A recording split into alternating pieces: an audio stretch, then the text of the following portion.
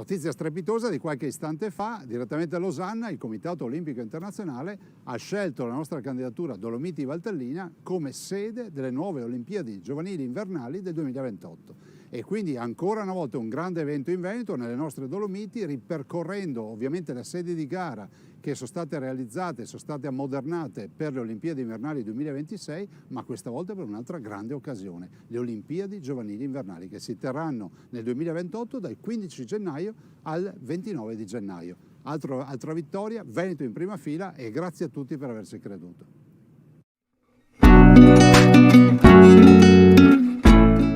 Preparati a gustare le specialità tradizionali e le novità esplosive che potrai trovare all'Indiga. Gelato artigianale anche per l'asporto, per gustarlo in compagnia dove vuoi tu.